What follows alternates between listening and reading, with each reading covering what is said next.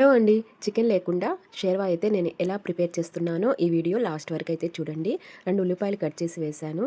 అలాగే టమోటా కూడా కట్ చేసి వేయాలి. చెక్క, లవంగ, యాలకులు కూడా వేయాలి. ఘాటు కోసము 2, 3 పచ్చిమిర్చి కూడా వేసుకోవచ్చండి. నేనైతే 3 పచ్చిమిర్చి వేసి ఆయిల్ వేసుకొని ఆయిల్ బాగా హీట్ ఎక్కిన తర్వాత ఉల్లిపాయలు సన్నగా కట్ చేసి వేసి ఒక 2, 3 పచ్చిమిర్చి కూడా వేసుకోవాలి. అలాగే కరివేపాకు వేయాలి.